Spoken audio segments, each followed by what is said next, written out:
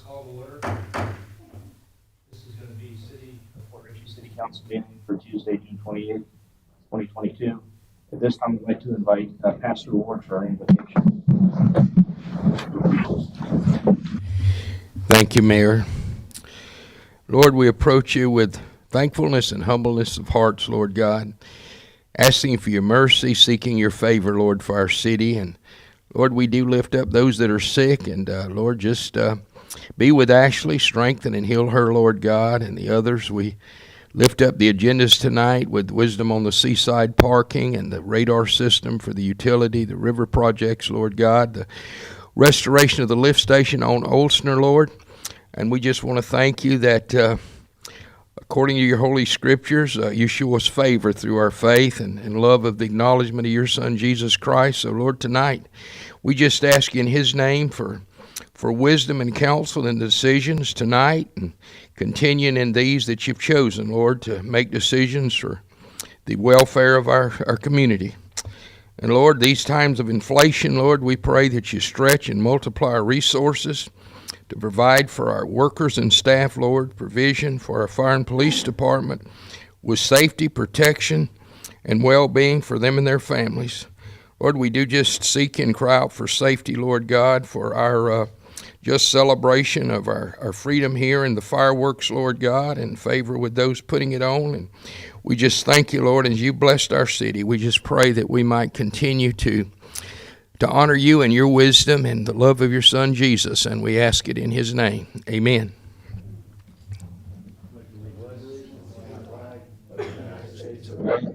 And to the republic for which it stands, one nation, under God, indivisible, with liberty and justice for all.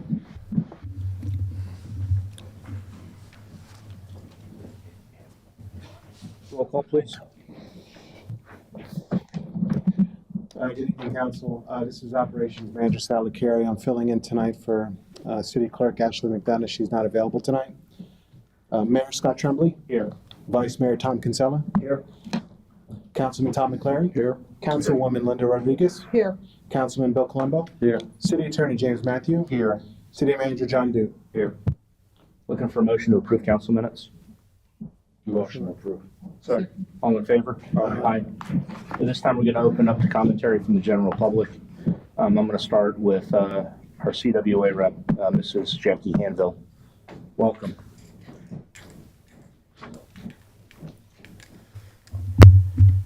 Good evening, council members and citizens of the city of Port Richey. I am again speaking to you on behalf of the members of the CWA who are employed by the city of Port Richey. Tonight, you will consider several proposals to update our contract for October of 2021. For more than 9 months, we have been trying to negotiate these revisions. Even though most of the proposals presented to this body were free of cost, we received the same answer each time. No to simple verbiage changes, no to formatting updates, no to everything but a 2% wage increase. In the midst of the highest inflation we have experienced since 1981 at 8.6%, the members struggle to afford the increase in the cost of living, and 2% will not begin to touch the increased cost of rent over 20% in Central Florida in the past 12 months. The cost of gasoline increased over 48% in the past year, or the cost of groceries and household goods over 10% inflation. Minimum wage is on the rise, and the city is not prepared to at a 2% increase. Our lowest paid positions will end up over the minimum wage by the time it reaches $15 an hour, just slightly. The employees that serve you deserve a living wage, not minimum wage. They report to work to serve you and your neighbors every day. Unfortunately, there are fewer employees serving you now. As employees find better paying jobs, their positions are becoming harder to fill. We have lost 3 employees and another is finishing out their notice. Employees are hard to find, especially when the wages are lower than the standard for similar roles. At a small staffing, this is a high percent. I have proposed a wage study to bring these wages up to standards for the next fiscal year. In the meantime, I propose that the members making an hourly rate of under $15 an hour be raised by $1 while the remainder members take the 2% as budgeted. To reduce the complication of boot reimbursement, I propose the city provide all PPE equipment, including footwear, for the positions required by OSHA standards and in alignment with the city's safety manual. As we continue to endure the hardship caused by the pandemic, I propose that the members be permitted to donate accrued time to one another. This is one of those cost-free items that I'm asking you to consider. Especially during the recent flare-up of cases at City Hall, members are experiencing additional unforeseen and mandated time away from work, draining sick time accruals and leaving little to no sick time for some and in case of an emergency. This proposal gives the members the option to help one another instead of leaving a member with sick leave without pay in already difficult times. I ask you to carefully consider each of the proposals presented to you. Imagine yourself working for the city. Would you want to be in the situation we find ourselves in? How can we make the city of Port Richey a great place to work? How can we make it paradise, as Mr. Dute was told when he first came to the city?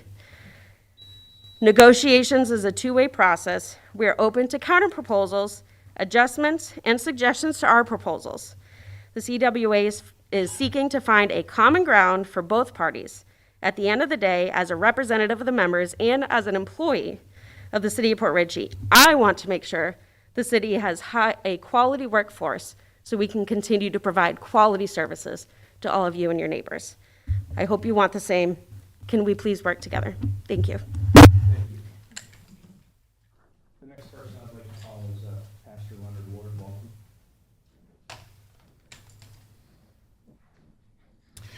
Thank you, sir. First of all, I'd like to thank our dispatch and police department, our chief.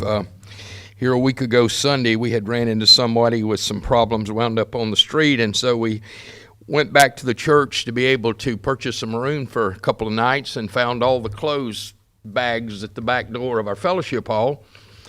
So one of the ladies took care of that and distributed it. That was a Sunday. Then Tuesday we have our ladies' meeting, and the whole back door, we've got a whole bedroom set with 2 dressers and all of the mirrors and all the mattresses and everything, along with a bunch of clothes. We couldn't even get in the building.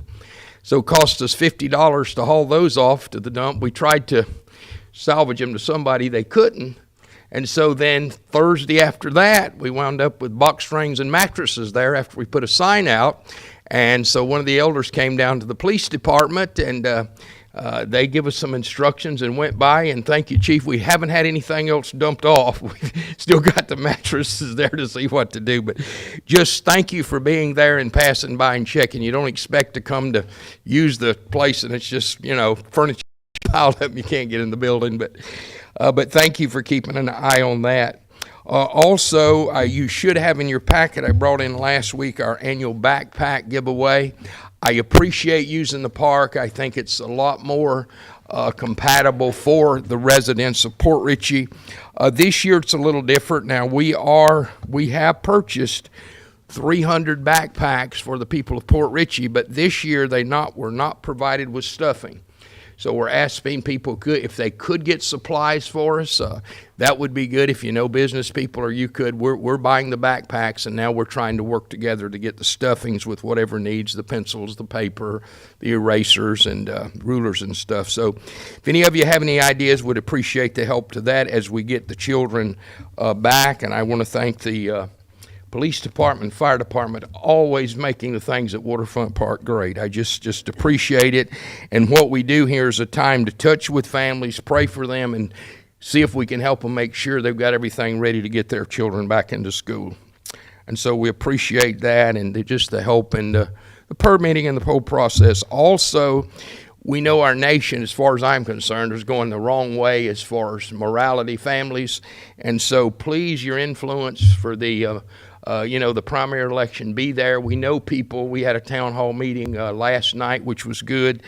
So let's try to get out and vote for people that'll help our land. So that's basically it. It's a joy to serve, and thank you for all you do. And Lord bless you and your families. Let us know if there's any way we can help. Okay? Lord bless you and thank you. Thank you, Pastor Ward. Yes, sir. The last person that signed up is Dave Mueller. Welcome. Hey everyone, Dave Mueller, 5439 Blue Point Drive. Thanks for all the work you do. I've got several suggestions and some compliments I'd like to make with regard to some issues that I have just some concerns that I have with the city. One of them being, is there potential to add guest Wi-Fi here for people that show up, be able to present? Another thing, these monitors continue to reflect the city highlights, I guess.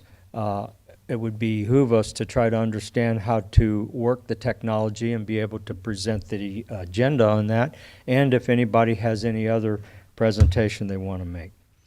I also suggest that maybe the city needs a mission statement. One that I've thought of is, what can we do to be the easiest city to do business with, and have our employees share in that. The other two concerns I have, I want to personally thank Veronica and her team for getting the system, the new portal for permits and things corrected and correctly reflecting the permit fees. We've been working together for about a month, and that looks like it's working now. And I appreciate her time and effort to follow up on that. Also, in the future, potential as an opportunity to save man-hours, look to moving all the documents required with a permit to be stored online in that same system for public viewing. That would eliminate any document requests from the public, and all that stuff, all those documents ought to be available online for viewing. And there again, let's try to strive to be the easiest city to do business with. Thank you. Thank you, Mr. Mueller. That's all that signed up, but I see there's other people here. Anyone who would like to speak in the general public commentary section, please raise your hand. Seeing no hands, we're going to move on to comments from our city manager, and I'm going to invite Mr. Duke to speak. Thank you, Mr. Mayor. The fishing pier project, continue to work on that. I've met with Pasco County Parks and Recreation Director Keith Wiley. He and I talked about our where we may have mutual objectives in that area where our projects may overlap. Our challenge is that the city of Port Richey is probably 2 to 3 years ahead of the county. Mr. Wiley said they're in the process of requesting planning funds for the upcoming budget year and then construction funds for the year following. I would hope we are well beyond that with our project. So we kind of settled on, we'll keep in touch with each other. I'll keep him in the loop as we go through our planning processes, our design process. Even though they may be 2 years, 3 years down the line, if there's any opportunity to collaborate on design and take into consideration what the county might have in mind for their property next to ours. So we'll keep Mr. Wiley in the loop on that. I want to thank Public Works for all their hard work. They've spent a lot of time in Waterfront Park, laying down new shell, painting, cleaning, repairing. They'll spend the rest of the week working on that, and the park should be in as good a condition as it can be in for the public when they come in on Saturday. iWorks was here today to start the street survey. They will be here for 3 days. They will survey every street in the city.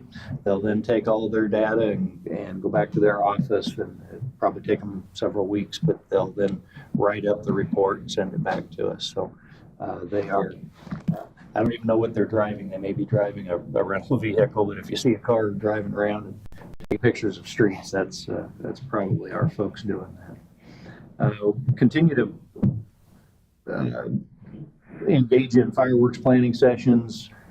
My staff and I met with the vendor this morning by conference call, just touching base one last time to make sure we're all on the same page, kind of hammering out some final details for their needs, what they're going to be doing on Friday and Saturday, and how we can support them. I'll have a walkthrough with my department heads on Friday afternoon. We'll take a look at the park, make sure we all know where we're going to put the fire truck, where we're going to put the command center, and make sure that we are all on the same page. So I want to thank everybody that's been involved in that. It's been a lot of work, and hopefully it goes off without a hitch. I did ask about a rain plan, and I was told the show will go on. Wind is a different issue, but rain won't stop us. So bring an umbrella if it looks like it's going to rain, because we're going to have fireworks. I met with Pasco County and Newport Richey to discuss. All three of us have received a vulnerability assessment grant, and so we got together to try to look for opportunities to collaborate. It's going to be difficult because each grant is a standalone process, and the county has their objectives they have to meet. Newport has theirs, and we have our own. There may be a couple of opportunities for collaboration, but unfortunately, the more we talked about it, the more we realized we all have our own grant objectives to meet, and not going to be a lot of overlap, but we'll continue to talk to each other, and if we find opportunities, we will.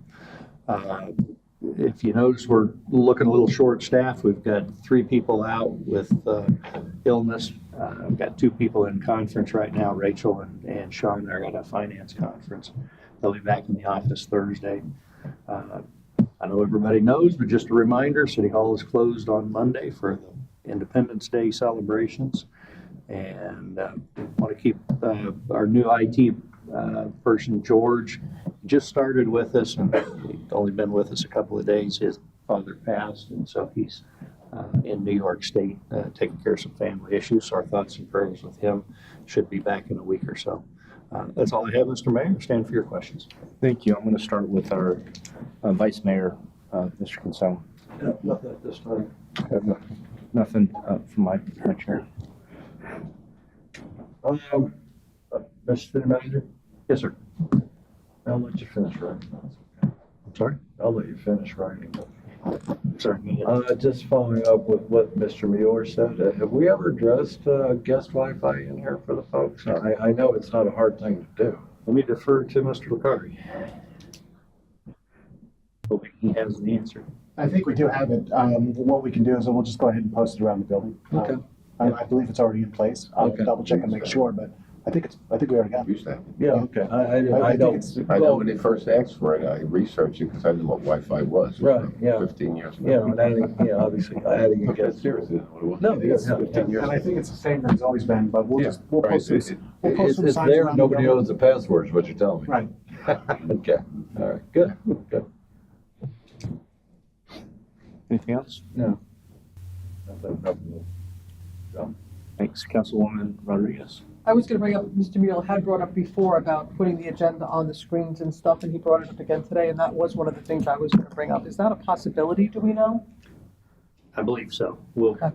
take a run at that. Because I remember sitting out there and being, you're in the dark, so it would be nice if they could see what was going on, so. See if we can get that. I just to jump in there, I just do not see where our agenda items in a, 11:7 format here up on these screens is, even if you put the pages up there, I don't think you can read it out there. I just, again, I jokingly said before, if you want to put the agenda up, you need to rotate one of these things and make it, portrait instead of landscape, because you put it up there.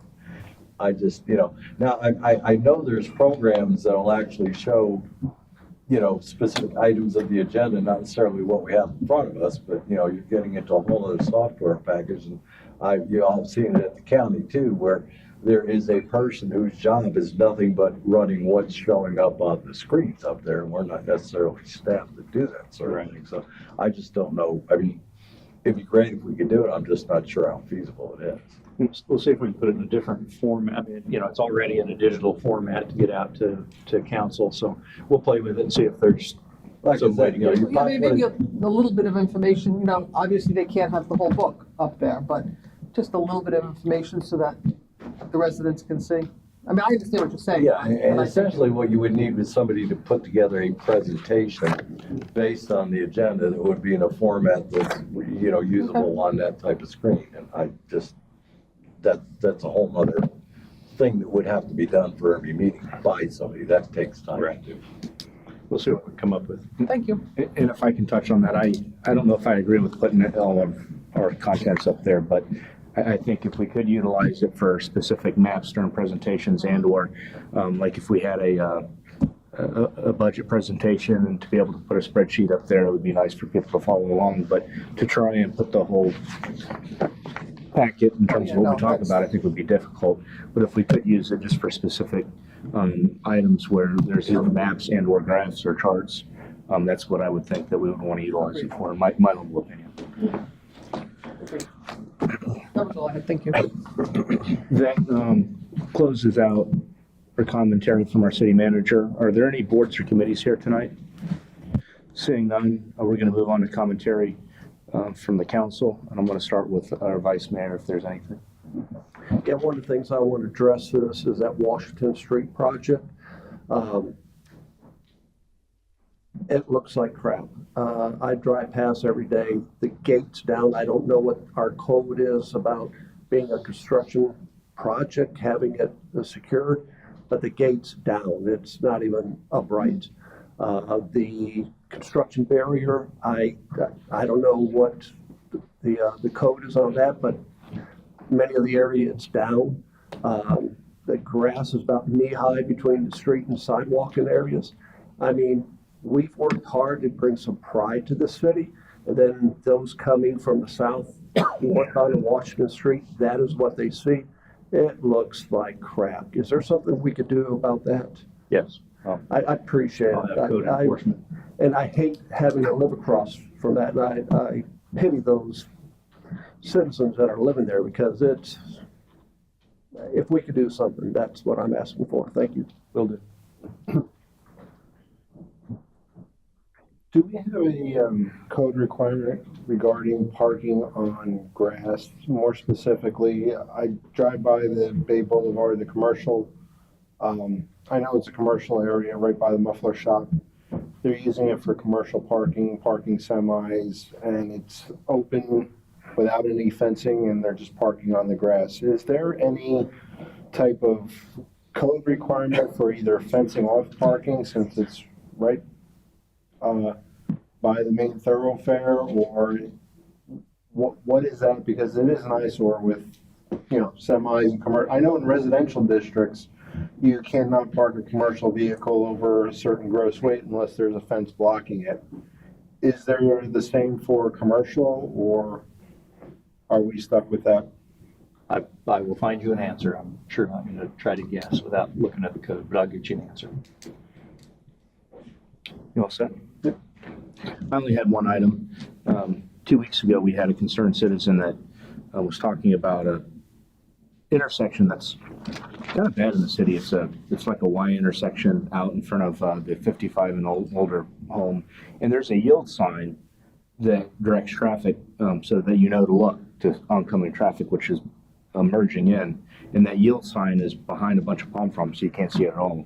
And I didn't know if we addressed that from the citizens' concern from 2 weeks ago, and if it was, and if we can have someone go out there and look and just make sure that any signs are visible, just for public safety issues. I know we put in a work order for it, so it goes on the list, and I'll circle back with staff and see if it's been accomplished or if it's still pending. Okay, perfect. Thank you.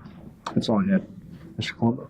Well, adding to what Tom brought up, I know the code has been out there at that site. I know that this has been going on for a while because it was reported a while back. And like you, I went out there not too long ago, about a week ago, and it's in really lousy shape. And I know code has been out there, and yeah, I haven't seen any movement on it, so I don't know why. I think before they ramped up this development, I'm pretty sure the city maintained the grass between the fence and the street. Now you've got that barrier that's out in that area, and it's between the sidewalk and the fence, and the grass is high, and the barrier is obviously not the way a barrier should be. So yeah, there's some issues, and it's been ongoing. So I mean, I don't know. Up the code, but I know our code enforcement officer's been out there, yet I still haven't seen any changes. So I'm agreeing with you. It looks pretty bad out there. I mean, the fence itself is the kind of fence you put up temporarily for a construction project, and that fence has been up there forever. There's no top bar, it's poles are leaning over, the fence is bent in. The whole thing is just kind of a mess. So I'm just reiterating what Tom said, that is a major thoroughfare in our city, and an awful lot of people drive by there looking at it, and yet, in your words, it looks like crap. That was not my words, that was your words, crap. I have nothing else, Brent. Thank you. Councilwoman Rodriguez? I'm good, because I was gonna say what Tom said, so. That gentleman promised to keep that property up, and he has not done that. I think that closes out commentary from the board. We've got kind of a lot of meetings this evening. I think there's 3 of them, so let's get kind of moving on. We'll start with the consent agenda, looking for a motion. Motion to approve the consent agenda? Second. Any reason for discussion? All in favor? Aye. Any opposed? Motion passes. We're going to move on to council business. The first item up for council business is the 5323 Bridge Street application. And I'm going to pass that to Mr. Duke for introduction. Thank you, Mr. Mayor. The owners have submitted to city staff a parking plan. That plan has been reviewed by staff.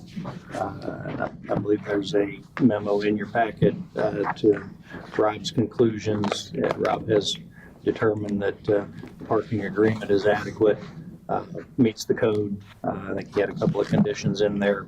We're on the Bridge Street application, which is Yes. going to be 5323. The Marine. right. Okay. I got you. Okay. You're with me? Yeah. Okay. And so the question before you as council, having been reviewed by staff, the owners have their DEP permits. They have satisfied both DEP and Army Corps. And so it comes to you to ascertain if you are in agreement with Rob's determination that their parking agreement is satisfactory. Thank you. This time I'm going to open up for either discussion and or motion. If we're going to open up for discussion, I looked at the documents. It was already approved by DEP. And I also saw that there was a list of things that the city had in there as well in terms of to make sure it's regulated properly, i.e. no liveaboards and stuff on the boats. So I didn't see any reason from my end why this shouldn't be passed, but I'll open it for other discussion or any kind of commentary or question. I do have one question. It's on the city letterhead, item number 2 where it says no toilets on vessels. How do you enforce that? How would we enforce that if this is a requirement? Looking at the proposal, some of the slips, I see those slips are 30 feet longer, and many of the vessels that I've been on do contain toilets on them. So I don't know if this is something that will be enforced, or I'm just curious, more out of curiosity. Let me defer to Mr. Perry.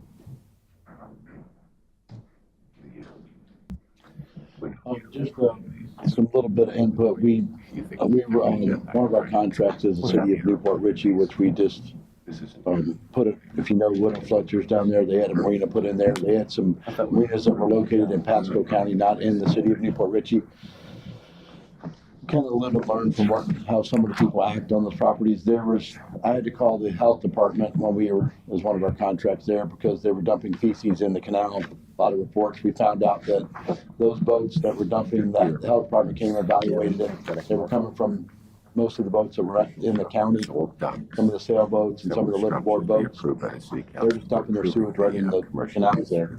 It's a major health hazard. Not that kids swim there a lot, but we do have a lot of, fish and wildlife there that live in there, dolphins, what have you. We didn't want that same thing happening here. Our code states that, and also DEP requirements with the state requirements of DEP require that if you have liveaboards or you have a toilet on the boat, you have to have a pumping station somewhere on that marina facility. So state requirements require a pumping facility the caveat to this will be, if they turn this into something where there are liveaboards, which we don't allow, we put that caveat in. That was one of the staff recommendations, because with this liveaboards, you end up getting a whole different taste of the town that I didn't believe we should be attracting. It's up to you if you want to change that down the line, if you want to change that rule. Their liveaboard is something that we have in our code that not allowed in the marinas. So when we allow those liveaboards, we're going to have that possibility of dumping those kind of facilities. They're going to be basically having a toilet on the boat. Where are they going to dump it? If they don't have a pump out station, they're going to dump it in the canal. There's just no place to, unless they're going to take a bucket and dump it in somewhere else. So we have to, with health department and DEP issues, we address those, and we just don't want that happening here, under our, what we're doing here. So I just want to make it clear that my staff recommendation was live and learn. I have accounts up and down the coast from Palmetto all the way to Yankeetown. We live and learn by these people dumping their pump stations right into the canal, and it's up and down the coast. So we try to live and learn from our past mistakes and not let it happen in other places. So at the end of the day, that's what we're trying to accomplish here. So know that we're on it, we're addressing it in that format. But how would we enforce this? If you notice that when we made the agreement there, one of the caveats to the things we stipulated, that if you have a cuddy cabin, you give us the ability to go in and inspect that boat. If it has a toilet on it, then you're going to be installing a pump station on that marina, which we don't want here. So I told them, I said, you're going to be open type boats. They understood that. I believe the applicant is here today to discuss that if you want to answer them directly, but we made that a point that there will be no liveaboards and no toilets on the boats, or those boats will be removed and code enforcement will be there and citing them. That's all. Okay, and then for clarification purposes, I was going to invite Jim to talk for a If I minute. could just, you're not here to approve a lease. You're here for a different purpose, and there's no problems here, but all commercial docks require city council's approval. That's all you're doing here today. Everything else appears to be in order. One of the requirements because there's a marina there that Mr. Lovering wants, is an approval lease for the 5 overflow parking spaces across Bridge Street. And, so he's made that's off-site parking, but you're here to approve a commercial lease. Okay, all commercial leases, all commercial docks need a city council's approval. Zoning is for land. That's why the city council approves what could be called zoning for the water. So you don't do the residential docks, but all commercial docks. Everything else is, you'll see the requirements, which would go with the you will not see permit. You'll also see the fire departments there. I'm thinking about it a couple of pages back. My question goes back to the parking, just out of curiosity. So we basically have a lease agreement between East Lake LLC, which I believe is the Catches folks, and the marina for 5 overflow parking spots, correct? So, Yes, sir. yes. So isn't this in fact off-site parking at this point? It's a different piece of property, it's different owners, it's off-site parking. One to use, Bill's one to be using as a comparison would be the one that Whiskey Joe's did, where it was an off-site parking, but at a long distance where you're walking, through down streets and you got crosswalks and things. Well, to me, that was a different animal than these two, which are definitely in connectivity with the two properties. We have 2 here tonight, which you'll see the one on another item. The main thing is creating a safety from that parking lot to those, ADA accessibility, connectivity, I think was important on this one. And the caveat to that was that typically these would go through a variance or a board of adjustment on a lot of other places throughout the city, but with the water overlay district, that allows a consent from council for this parking agreement. So to me, it's more of a lease agreement. It is considered off-site parking because it's not on their property. So just know that I've looked into the amount of parking spaces, the connectivity, and the ADA accessibility. That was the main items that we looked at to see if it worked before we, approved it to go to council. I mean, I still fail to see where this is essentially off-site parking that should go before Board of Adjustment. If you look in, I don't. yeah, in the code, the water overlay district is the only place in your code. It's a C2 overlay. We're the only place that allows in the code for a consent, strictly consent of the council, which is written in the code. Typically, it would go to Board of Adjustment for any other property, in my opinion. Can I comment on that? Yes, yeah.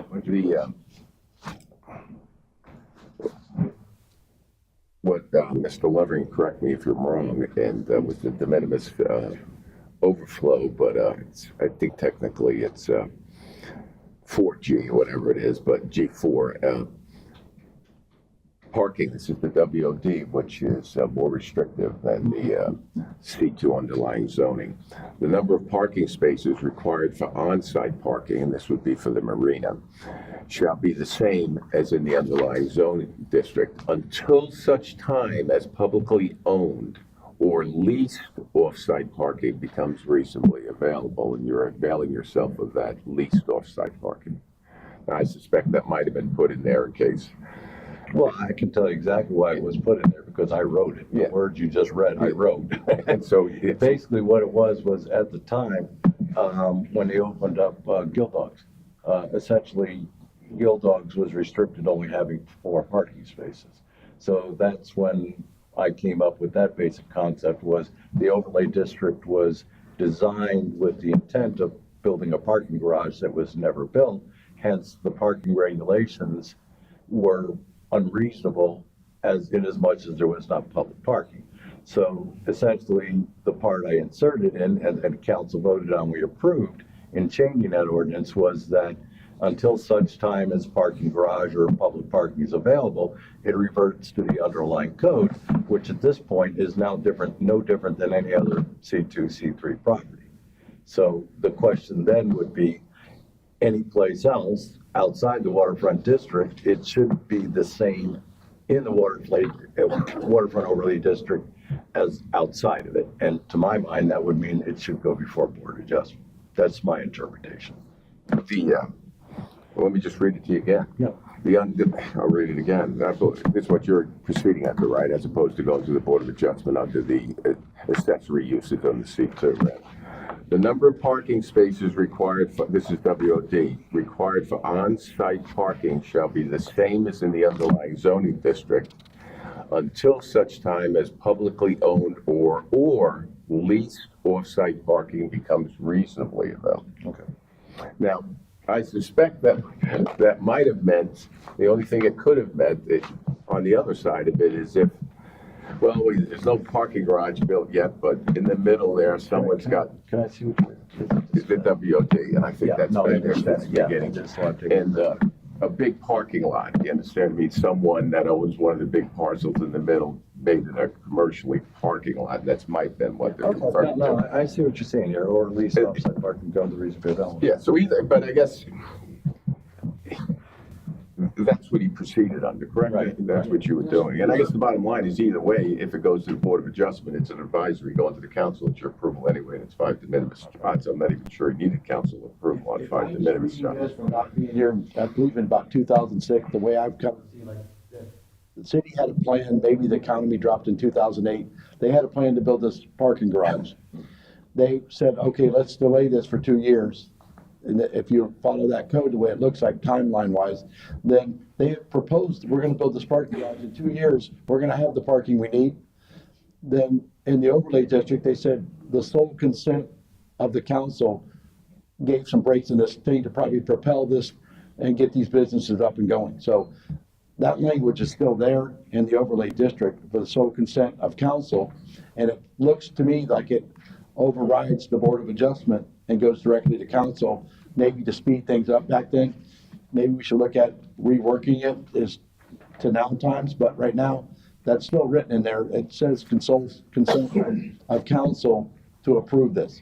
So as of right now, it's pretty cut and dry about how it says sole consent based on what it is. And I believe it's a business-friendly type code is the way I look at it. And that's my interpretation.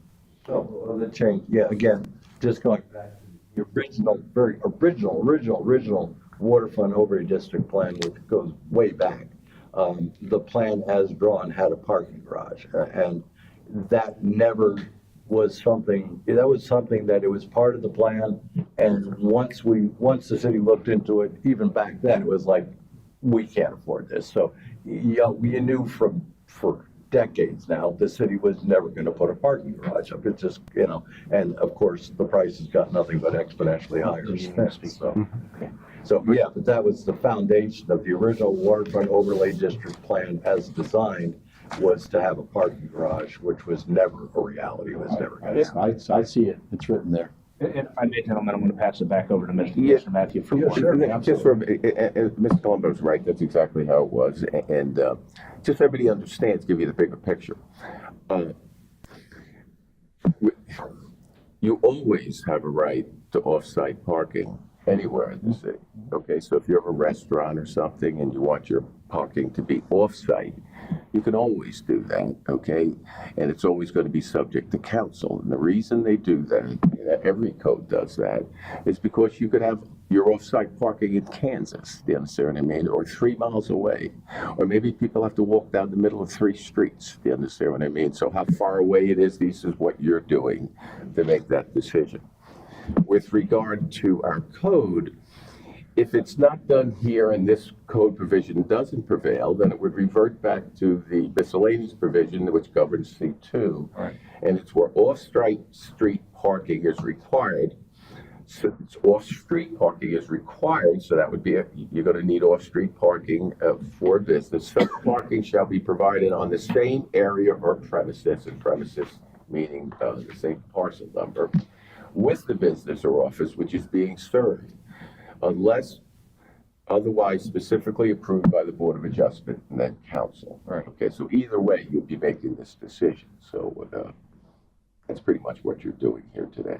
And when it was first written in that there'd be a parking lot, which was a grandiose plan, and we've never done it. In other words, so let's say you had a restaurant, you needed 150 parking spaces, okay, and you only had 50. Well, if the thing could hold 1,000 cars, then you could say, well, look, I'd like to book 100 of those spaces since I'm the first one built.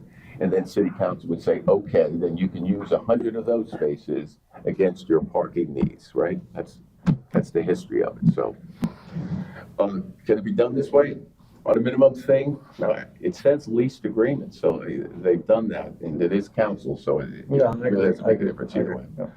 Yeah. I'm good. One question regarding the lease agreement. I just looked over this lease agreement. It's 2 years long and it can be terminated for any reason. What? He's going to put, yeah, presume you're putting this in, these requirements in the certificate of occupancy. If you look at my memo, you'll see whenever you do something like this, so if the lease doesn't get renewed, to close them down. Okay, so these are requirements that are ongoing. Or potentially, you now reduce the number of slips you can rent out because. You can do it that way, that's Yeah, right. I mean, I'm That's right, it would be 5, let's say you got to give them 2 slips, whatever. it would Yeah, be. exactly, yeah. Very good. Okay. Put in that code enforcement. That's correct. Looking for a motion if there's no further questions. Motion to conform with the findings of the building official regarding 38 slips and parking agreement. I'll second that as well.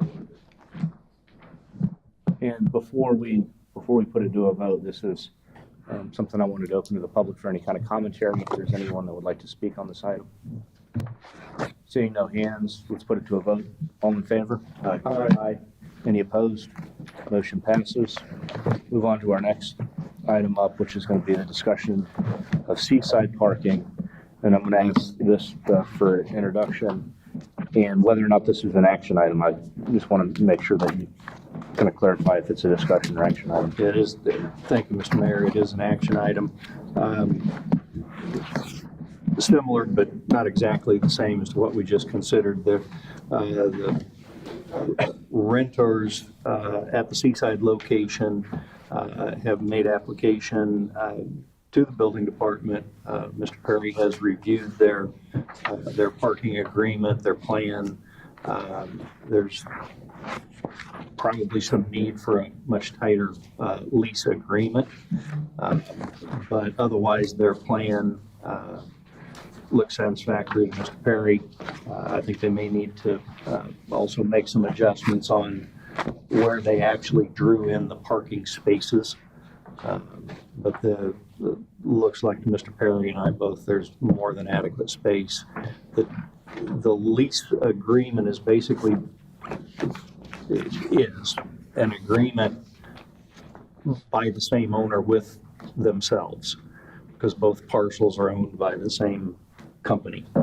And so the rentor is availing himself of the lease agreement with two parcels, both owned by the same entity. So with those caveats, and again, as Mr. Matthews suggested on the previous question, there's a couple of conditions to put into the final documentation, but the action or the question this evening is, do you concur with Mr. Perry's assessment that there is reasonably available off-site parking for Seaside?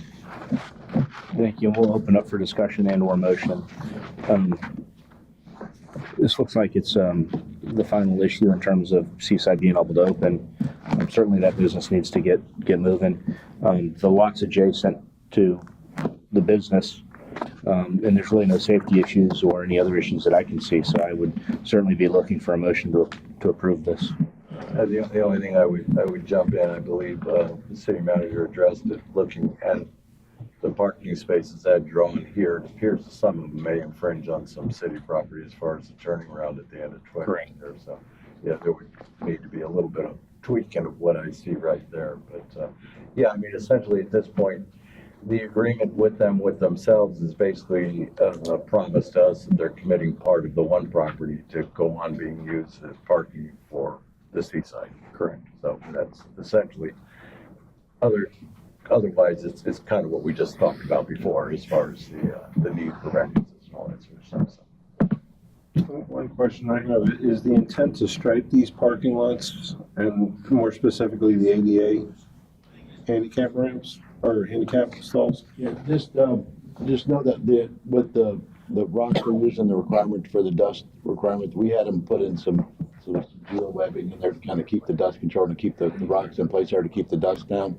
That was part of our working with the applicant, and the ADA parking has to be on the solids, which is the existing blacktop. You can't be rolling across those rocks in a wheelchair or have that. So just know the excess parking is because they increased some of the seating there. That was our requirement that we had worked out with them as far as getting that done. And we believe that eventually that's going to be a developed property with something in the future that we're working with all the owners of the property with, some hotel or something like that. But that's going to be more like a larger thing a couple years down the road. So we see something happening there. And we just basically right now we're just trying to keep the property clean with the boarded up property, and we're going to work that into a demo there here real shortly, get them to bring that property down to the ground. So we're working on cleaning that whole area up there. So everyone seems to be working with us. The new owners are more than willing to, go forward with, making that property look a lot better, which is what we're trying to work on in that whole area. We've had several buildings that we've slum and blighted, had them torn down with the cruise ship. So that whole area, we're working tightly with all the applicants there, and we're moving over there. We're going to get it cleaned up. So we're not finished yet, but I think this is just one more layer to getting that place looking better over there. So. Motion to concur with the determination made by the building official regarding the parking I area. have a question before we get to that, please. Rob, who is the applicant? It actually is the renter and the owner, because it has to be the owner that actually gets the agreement. But since you're a renter or lessee, you have to get basically permission from yourself. Who's requesting the use permit? Who's coming here for the building? Who wants the building permit? Actually, the applicant, which is the Seaside Bar and The Grill. Seaside, it's called?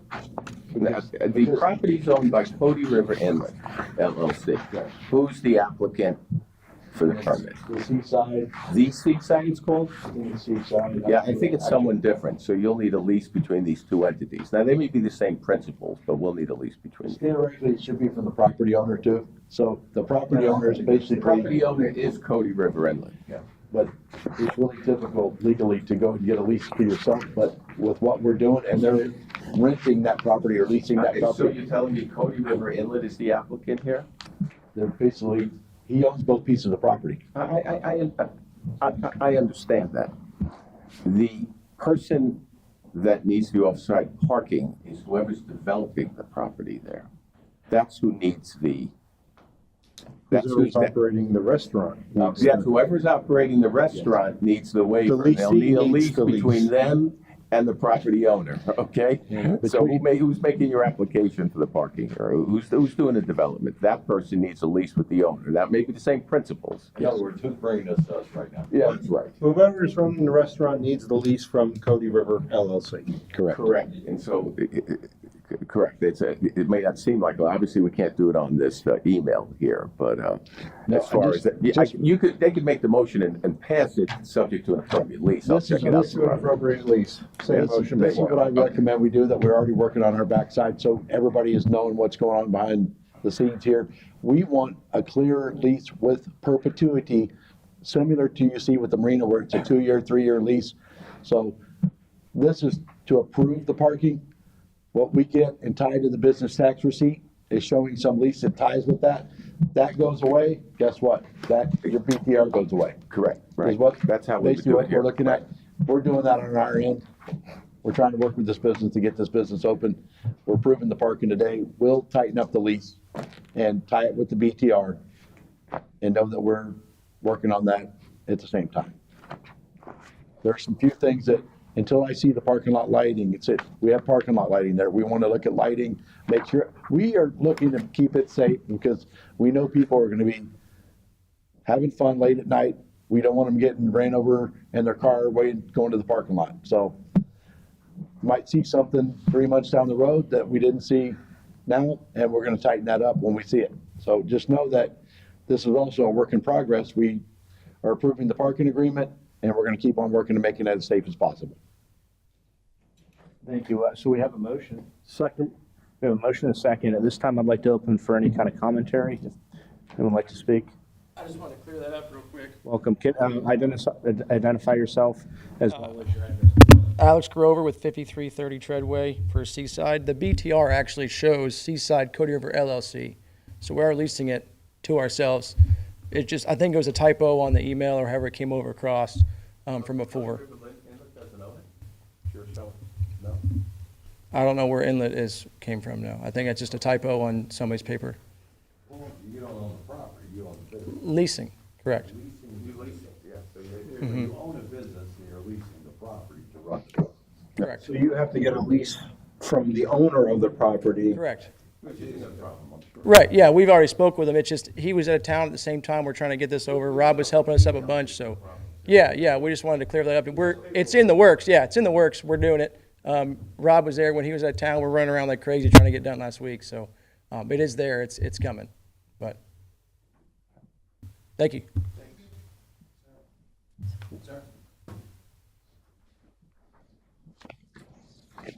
Were there any other folks that wanted to speak on this item? Seeing no hands at this time, I'd like to put it to a vote. All in favor? Aye.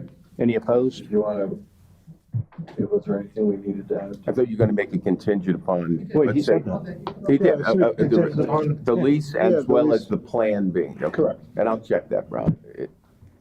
Yeah, that's what I understood the motion to be, second. Yeah. Okay. Yeah, it's So- I would contingent just upon. kind of like restate the motion sort of thing. Okay. Motion to concur with the determination made by the building official regarding the parking agreement and a suitable lease agreement put forth.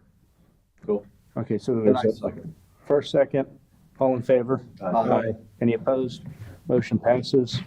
Thanks. We're gonna move on to the purchase of ground penetration radar system for Utilities Department.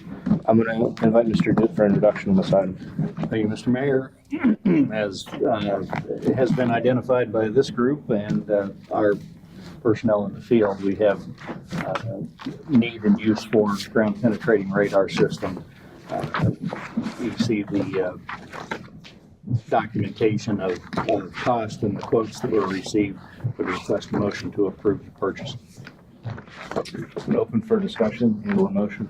Yeah, I'm sorry, jumping in, but yeah, as our city manager knows, being on the south side and witnessing what happened down there and the various hoops, not only the city went through, but the various companies and then various subcontractors and digging of holes and everything else, it became obvious to me, and you and I chatted about it, and I am 100% knowing the way this city is, how many things are buried in crazy places, and some of the stuff I saw when I saw those holes dug, yeah, we need ground penetrating radar, so I will motion to approve this.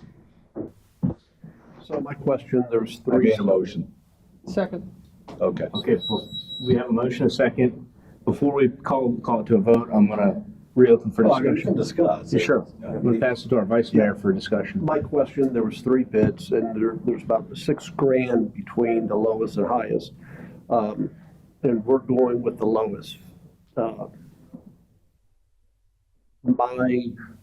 learned you usually get what you pay for. Are we getting what we need? I don't know what the other two, this type of equipment I am not familiar with, but is this going to fill our needs? Going with the lowest? Mr. LePere, please. Forgive me because I'm hiding behind you. Yes, I've already spoken with, Richard Weeks, my foreman out in the field, and the one that we've actually want is the better price. So he actually wanted that one, and we located other quotes from other companies, and they came in higher. So we're getting what we want for a good deal. Love hearing that. Nothing else. And the only issue or question that I had is it looks like it comes out of utility fund, and then there's a line item for small equipment. Was this specifically a budgeted item, or is there just a pool of money there that we're drawing from, do you know? It was not specifically budgeted. The amount was budgeted and then left to discretion through the year, what type of small equipment we need. The funds themselves were budgeted. And they're still there? Yes, sir. Okay, that's all I had. You guys ready to vote, or? All right, all in favor? Aye. Any opposed? Motion passes. We're gonna move on to Bayview Street and River Golf Road lift station rehabilitation, and that's gonna be Mr. Duke for introduction. Thank you, Mr. Mayor. This is a rehabilitation similar to what we did with the lift station over next to Walmart on Ritchie Drive. Same company, and as you can see, the price is pretty reasonable there. In talking to staff, there's a number of lift stations that need to be rehabilitated, but this was next on the list of, if we don't get it now, we're gonna be 6 months or a year from now talking about an emergency situation. So we wanted to get this one next. The contract itself is a piggyback from a contract that the city of Cape Coral performed. They bid out manhole and lift station rehabilitation. And you can see in the documentation that they got a price list, and our prices are from their price list. So it was bid by Cape Coral. They had at least 3 bidders. And so the actual machination of what we're doing is a piggyback off of the Cape Coral contract. Contractor was good with that, and their bid was based on the prices that they gave Cape Coral. Didn't we do some work on that lift station? I was not on council at that time when, Cody River was in the works. Is that a proper way to? I'd have to defer to somebody who was here at that time. It's apples to apples is what I'm getting at. Let me make a correction. What the city manager was referring to is that the recent the manhole that we just had redone about 2-3 months ago. That's what this company did for. It's not a lift station. This and the next item are lift stations that they would rehab as well. It's work that they do. They do manholes. They do lift stations. The same company just rehabbed it was an emergency purchase by council, approved by council for a collapsing manhole on the corner of Bay Boulevard. So that's what they did. But what we're asking for is the same company to perform the rehabilitation of 2 lift stations, and this being the first one. So it's a lift station that is, in other words, it's needing rehabilitation at this point in time, really, hasn't anything to do with the fact that, Cody River Landing area is there. It's just. No, right now I'm on one pump. I'm on one functioning pump, and of course, me being, it being in the middle of a commercial district, that's, I'm on the teetering of total collapse. So, getting getting the two of them both done is, to me, very important, but this one more than the other, for the fact that I'm currently on one pump at this time. Looking for a motion at this point? Motion to approve the purchase of the rehabilitation of the Bayview Street and River Golf Road lift station by Restoration and Protective Solution for the amount of $20,550. Second. We have a motion and a second. I'm gonna open it back up for discussion. One quick question. You mentioned you're down to one pump, but this proposal doesn't have any new pumps in. Are we adding a new pump outside of that, or? When I say I'm down to one pump, it's because the seating at the very bottom of the lift station the pump's not sitting correctly. That seating has to be replaced, and the only way to do that is to redo the lift So you're station, gonna fix redo that and then drop two pumps in there and, Yeah, okay. and redo the floor, you gotta reinforce the floor and everything like that. So unfortunately, the one pump is just completely not seating. It's just not seating because it's just free floating, and to do that is a big risk, so we have it shut down. All right, so we have the pumps already, it's just, got it. Okay. Before we vote, I want to open this to the general public. By show of hands, would anyone like to speak on this item? Seeing no hands, at this time, we're going to come back and put it up for a vote. All in favor? Aye. Any opposed? Motion passes. We're going to move on to the Olsner Street Lift Station Rehabilitation Project. I'm going to pass that to Mr. Duke for introduction. Thank you, Mr. Mayor. Very similar to the previous question, Olsner is in significant need. The same purchasing process, the price is a little higher, but you can see from the list that they're going to be doing more work there. So same as the previous question you addressed, we request a motion to approve the purchase. Motion to approve purchase. Second. Any need for any discussion? No, that serves my house. Open it to the general public. Not seeing any. We'll vote. All in favor? Aye.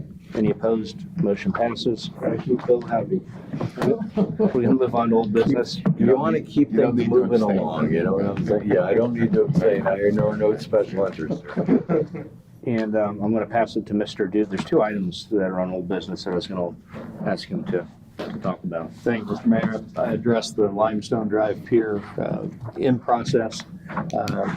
We'll be getting a packet together and get some ideas of what the costs are. In my conversation with Mr. Wiley at the county, he offered up a number of companies that they've done business with this kind of projects. That's something the county's very familiar with, and so we'll make sure those vendors are made aware of our need. Clark Moody, my office has some documentation to get to Mr. Matthew, and we're just wrapping that up, so hopefully we'll have that to him shortly, and then he will be the last step to tell us whether Clark Moody is private or public. I'll give you three. I'll tell you what your three choices are. So you know what they are. 99% sure what they are. And three choices. And just for clarification, those records have to do with whether or not we've provided maintenance and or other services on those roads? Correct. Okay. So that's complete. It just has to get to Mr. Matthew? Correct. All right. Any further questions or old business? I have one item. What happened with the stormwater rate review? I know we were working on engaging. Where did you sit with that? So we've got a number of responses back to our inquiries. Given the range of prices, is a long way of saying it's still in process. We're still working on it. We may have to break it up into individual rate studies, or we're going to spend $50,000 to $150,000. So it's a lot more money than what we imagined initially, or at least that's the discussions that we're having. So it's still in process, but we've got one more company that we're waiting for a response from, and then it'll be time to make some pretty hard decisions about, one of the estimates was $120,000. So they have to raise rates? Yeah. I'm in the wrong business. Yeah. So, Looking for a motion? motion to adjourn, second. All in favor? Aye. We're gonna take a 5-minute break and then come back for our CRA meeting.